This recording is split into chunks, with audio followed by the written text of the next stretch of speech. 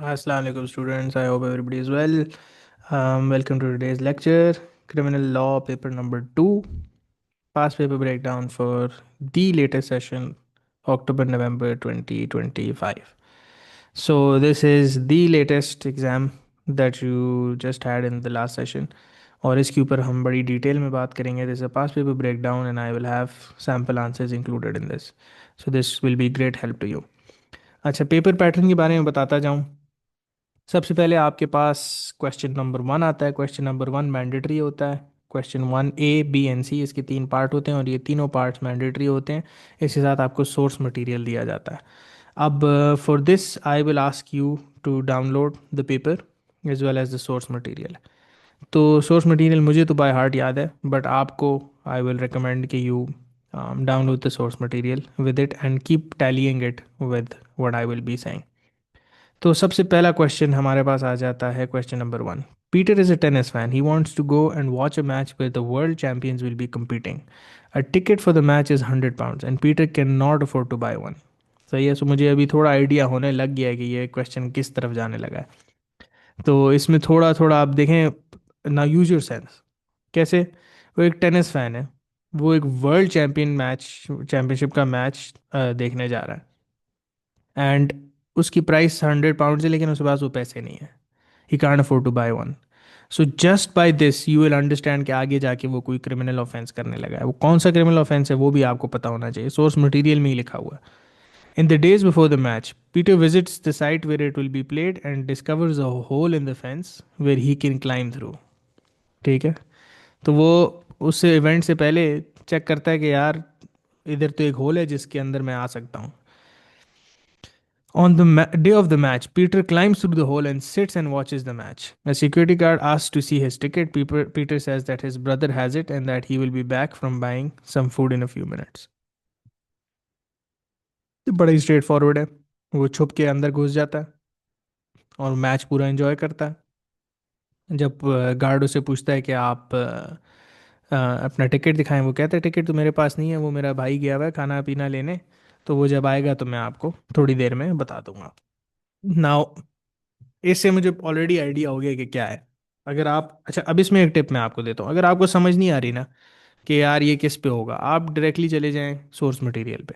Source material को पढ़ लें. आपको सोर्स मटेरियल में एग्जैक्टली समझ आ जाएगी कि यार ये क्वेश्चन किसके बारे में है. देखें, the question is from the source material. So obviously जो सोर्स मटेरियल में अप्लाई होगा वो यहाँ होगा. So this is a gold mine for you कि सोर्स मटेरियल को देख लें, आपको आंसर मिल जाएगा. Like even if you don't have knowledge of the law, if you read the source material after reading the question, आपको खुद ही दिमाग बताएगा कि यार इस पे ये लग रहा है. तो अब पीटर पे क्या लग रहा है.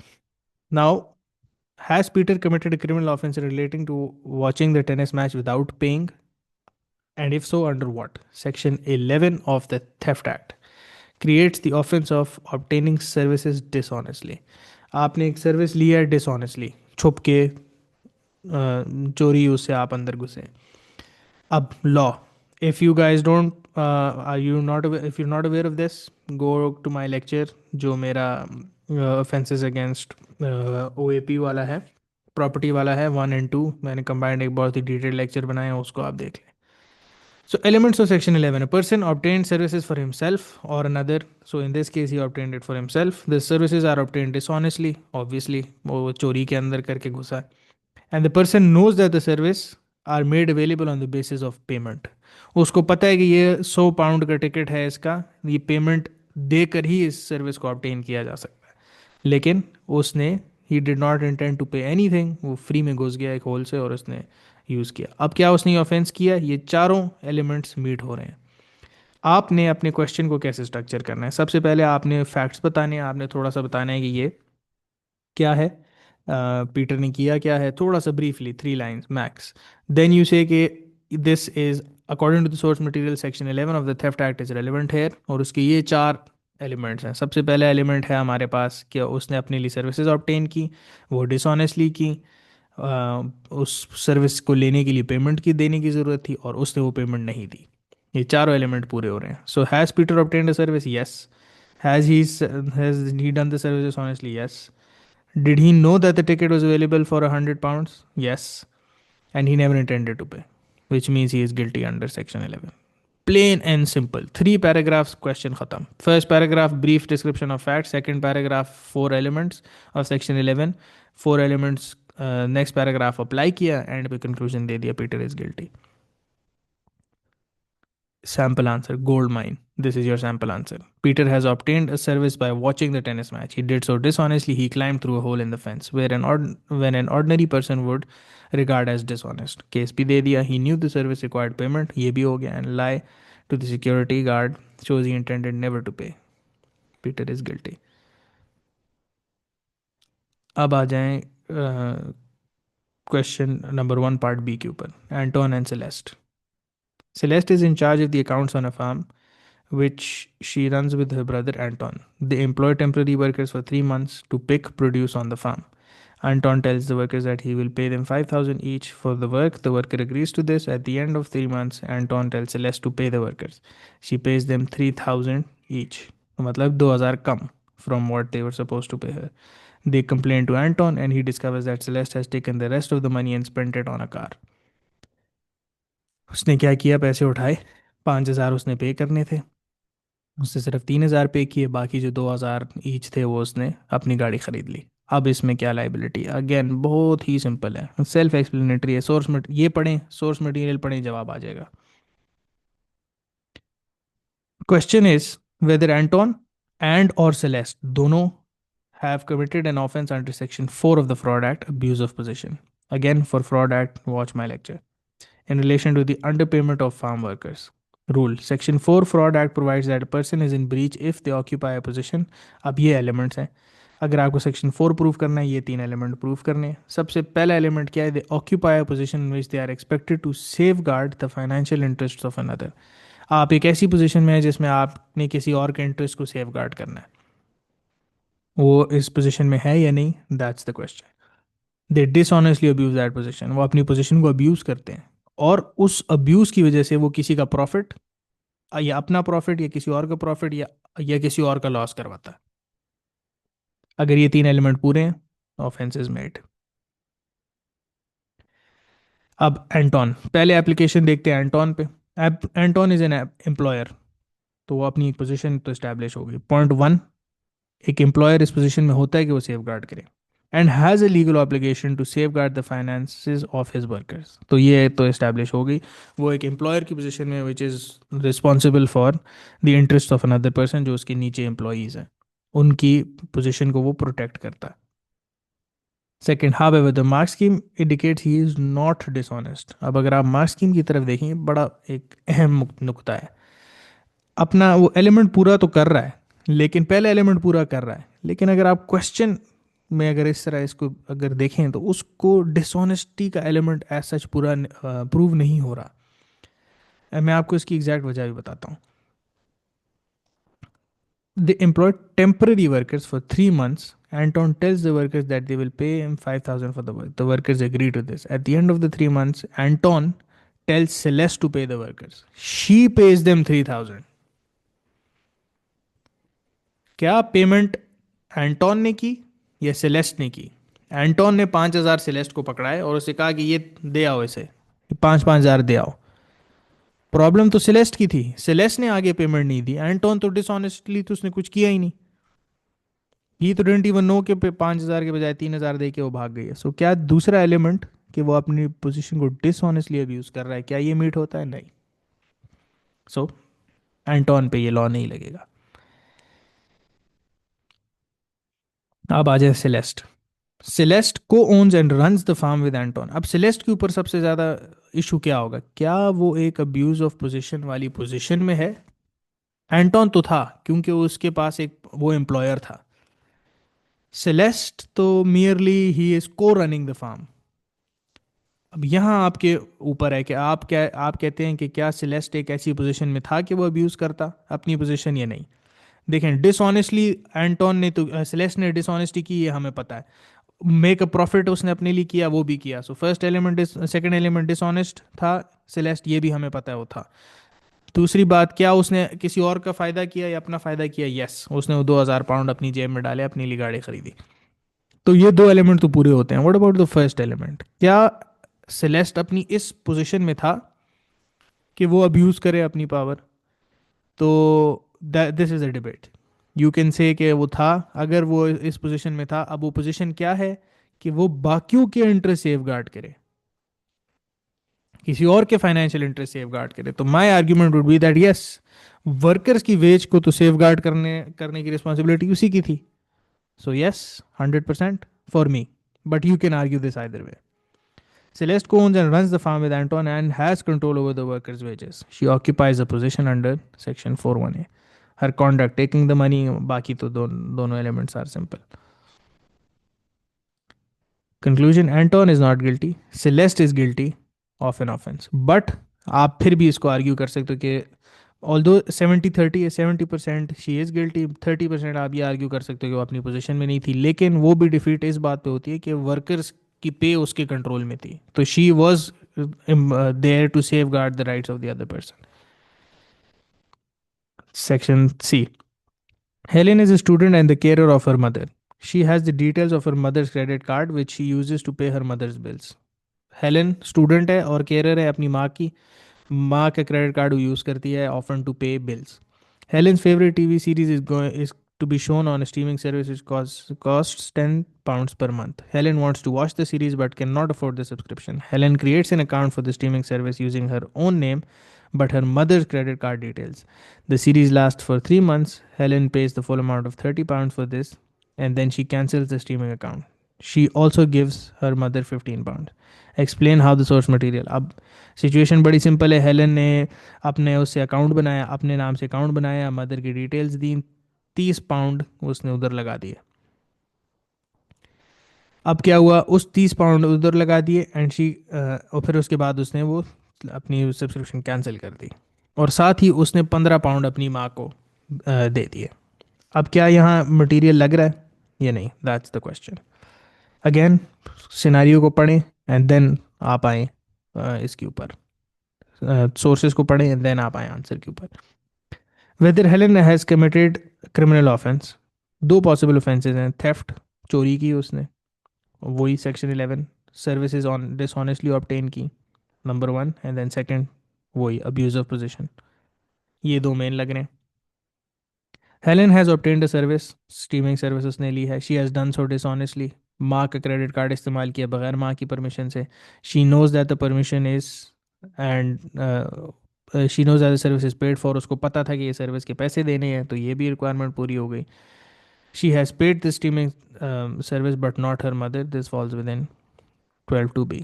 तो बल्कि इसमें एक चीज़ जो मैं डिबेट करना चाहूँ या मैं जिसके ऊपर I can raise a question is that did she intend to pay this back to her mother, probably, क्या पता आगे जाके she wanted to pay it back, so we wouldn't know about this. So for the second offense type which we have, पहले तो हमने section 11 का देख लिया था, we I lost laptop's battery died, so I couldn't complete the lecture, but yes, so I'm completing it now. अच्छा, so we covered it till here. अब आगे देख लेते हैं section 4। so this is the second option we are discuss for Helen. So section 4 उसके ऊपर लगता है या नहीं। Helen is her mother's care. सबसे पहले ये बात देखनी है कि वो मदर की केयर है। She occupies a position in which she is expected to safeguard her mother's financial interest. अब सबसे पहले अब्यूज़ ऑफ पोजीशन में क्या था कि आपको फाइनेंशियल इंटरेस्ट, आप उस पोजीशन में होने चाहिए कि आप किसी के फाइनेंशियल इंटरेस्ट को सेव गार्ड कर सको। क्या हेलन थी उस पोजीशन में? Arguably yes. Using her mother's credit card for personal benefit is obviously abuse of that position. माँ की इजाज़त के बगैर उसने उनका क्रेडिट कार्ड यूज़ किया, obviously will be. Is it dishonest? Yes, क्योंकि बगैर बताए किया। She intended to make a gain for herself? Yes. और cause a loss to her mother as in उनको पैसों का नुकसान हुआ, सो यस। तो यहाँ मेरी नज़र में सेक्शन 4 ज़्यादा एप्लीकेबल है। सिर्फ जो डिबेटिंग वाली बात हो सकती है वो ये होती है कि is she in a position of abuse of position, वो कर सकती है अपनी, यानी वो उस पोजिशन में है भी या नहीं। तो she would probably be because she is the care of her mother. इसलिए if she was not the care then probably she would not be in a position to abuse. So Application both अब यहाँ this is where you get your marks. So application both offenses are arguable. Under section 11, Helen obtained a service dishonestly with intent to pay. Under section 4, she abused her position as caterer dishonestly to gain and cause loss. So $1 million tip for your examination. Section 4 को argue करें, section 11 को argue ना करें. section 4 ज़्यादा chances हैं और इसके जो elements मैंने discuss किए उन्हीं को आप particularly argue करें. Sample answer you can look for over here. अच्छा जी, सो ये आपका क्वेश्चन नंबर 1 था. अब आ जाते हैं ऐसे एंड डिस्क्रिप्टिव उसके ऊपर, क्वेश्चंस के ऊपर. तो सबसे पहले discuss the aggravated offence of criminal damage 1971. अगर आप मेरा OAP 1 एंड 2 का लेक्चर सुनेंगे तो उसमें मैंने बड़ी डिटेल में क्रिमिनल डैमेज को भी एक्सप्लेन किया हुआ है और उसके एक्ट सीरियस और मेंजरिया क्या है, aggravated version को भी. So very briefly, section 1 of the Criminal Damage Act provides that act serious the defendant must destroy or damage property belonging to another. So सबसे पहले आप किसी की property damage करते हैं. Second, the destruction or damage must be without lawful excuse. उस damage का कोई लॉफुल एक्सक्यूज नहीं होना चाहिए. लॉ अब आप कहेंगे लॉफुल एक्सक्यूज कब होता है? फ़र्ज़ करें आपके घर में आग लग गई है. The only way to prevent that fire from spreading is to damage your friend's laptop. तो उस सिचुएशन में it will be lawful because it's for protecting the bigger interest. Additionally the defendant must intend by the destruction or damage to endanger the life of another or be reckless as to whether the life would be endangered or not. तो या तो वो careless है, उसको परवाह ही नहीं है कि इसकी लाइफ होगी डेंजर में या नहीं. अगर वो रेकलेस है तो भी, और अगर उसको पता है तो भी कि इसकी मेरी हरकत की वजह से किसी की लाइफ हो सकती है. तो ये है. बाकी आपने ये एलिमेंट बता दिया. सैम्पल आंसर आप इसमें देख सकते हैं कि मैंने सैम्पल आंसर दिया हुआ है. Again you can use the sample answer, use it, it can change it in your own words, use it in your examinations. B, evaluate the fairness of using causation to create criminal liability. अब ये topic जो है ये हमारा act serious के अंदर भी आ जाता है, मैंजरिया के अंदर भी आ जाता है, बट ज़्यादा एक्ट सीरियस में आता है कि क्या मेरी एक्ट की ही वजह से दूसरे बंदे को की इंजरी हुई या नहीं हुई. सो फॉर एग्जांपल, मैंने एक बंदे को स्टैब किया इन द स्टमक एंड वो stab did not penetrate through his stomach much. तो क्या उस सिचुएशन में उसको इंजरी जो है वो, एंड लेट्स से उसके 10 मिनट बाद उसको कोई और सर पे मारता है और वो मर जाता है, तो क्या वो मेरे स्टैबिंग की वजह से मरा? नहीं. So the causal link has broken down. I did not cause the death. That person who hit the let's say a hammer on the head, he caused the death. So causation मुझ पे होगी या नहीं? नहीं होगी. सो criminal liability उससे create होगी या नहीं? तो ये पूछना चाह रहे हैं कि जो लॉ है कॉजेशन का, क्या ये फेयर है या नहीं. तो इसमें आपने फैक्चुअल एंड लीगल कॉजेशन बता देनी है, थिन स्कल रूल बता देना है. थिन स्कल रूल वो होता है कि किसी को अगर ऑलरेडी एक इंजरी है और आप उस इंजरी को एग्रीवेट कर देते हैं तो उस सिचुएशन में क्या होगा. That's the thin skull rule. So victim refuse blood transfusion on religious grounds, D must take victim as he find them. Novus actus interveniens, ये होता है जब आप किसी एक ऑफेंस के बीच में इंटरप्ट कर देते हो, एक कॉजल लिंक टूट जाती है, एक और एक्शन ऐसे हो जाता है जो आपके एक्शन और रिजल्ट के बीच में आ जाता है. सो ये कॉन्सेप्ट्स आपने यहाँ लिख लेने हैं. For this you go to the actus reus वाला लेक्चर. अब क्वेश्चन वो ये पूछ रहे कि क्या कॉजेशन का लॉ फेयर है या नहीं.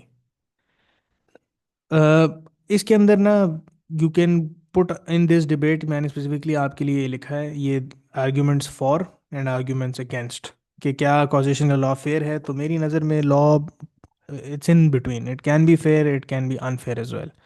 कैसे? Factual causation is the minimum necessary to link D to result.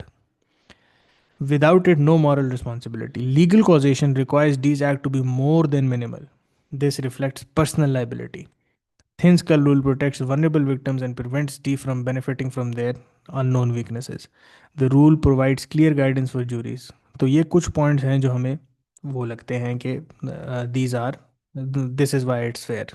Factual causation को देखें तो सिंपल वर्ड में समझाओ, इज इट अ फैक्ट कि मेरी वजह से उसकी डेथ हुई है? That's the question. Minimal requirement होती है कि अगर, सो लेट्स से मेरे एक्शन की वजह से वो मरा है, दैट मीन्स फैक्चुअल कॉजेशन मैंने इस्टेब्लिश कर दिया.